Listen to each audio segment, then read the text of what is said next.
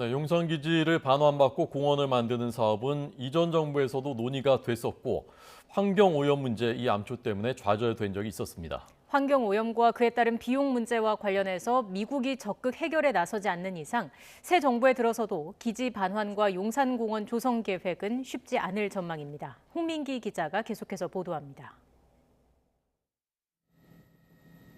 용산 미군기지 반환과 공원 조성 계획을 처음 공식화한 건 노태우 정부 때입니다. 지난 1990년 용산기지 이전을 합의하고 공원 조성 계획을 발표한 겁니다. 하지만 비용 문제로 이전 계획이 미뤄졌습니다. 김대중 정부 때도 추진했는데 2001년 용산기지 인근 녹사평역에서 기름 유출 사고가 일어나면서 여론이 싸늘하게 바뀌었습니다. 당시 주한미군은 관련성을 부인했지만 한미 공동조사 결과 기지 내 유류 탱크에서 휘발유가 유출된 것으로 드러났습니다. 이태원 삼각지 후암동 일대 지역에 지하수를 타고 계속해서 오염될 가능성이 크기 때문에 노무현 정부에선 전시 작전권 환수를 추진했던 만큼 기지 반환과 용산공원 추진에 더욱 공을 들였습니다. 결국 2006년에 용산공원 특별법이 국회를 통과하기도 했습니다.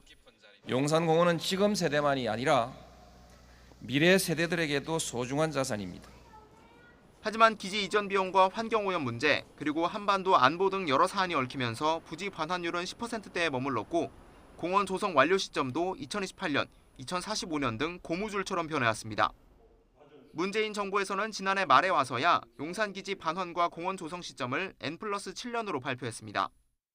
기지 반환 시점이 언제일지 모르지만 돌려받더라도 공원을 조성하는 데엔 7년은 걸린다는 겁니다. 핵심 쟁점은 오염 정화 사업과 관련 비용을 누가 부담하느냐입니다. 경제협력개발기구 OECD의 오염자 부담 원칙에 따르면 미국 측이 정화 비용을 내야 하지만 미국은 이를 거부하고 있습니다. 현 정부는 일단 우리 돈으로 정화한 뒤 미국에 청구하겠다는 입장인데 이 역시도 미국이 받아들이지 않고 있습니다. 앞서 윤석열 당선인은 용산공원 조성을 앞당길 수 있다는 입장을 밝혔습니다.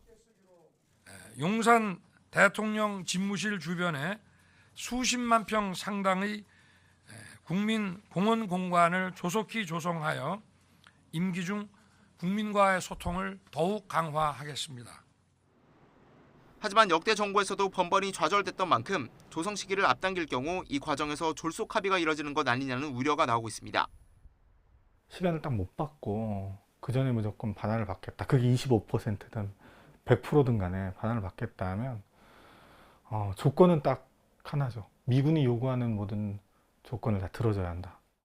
100년 넘게 외국 군대가 주둔했던 이곳 용산기지는 환경오염뿐 아니라 남북미 관계 등 여러 문제가 복잡하게 얽혀 있는 곳입니다. 새 정부 출범을 앞두고 무리하게 계획을 추진하기보다는 국민 안전과 국익을 우선하는 접근이 필요해 보입니다. YTN 홍민기입니다.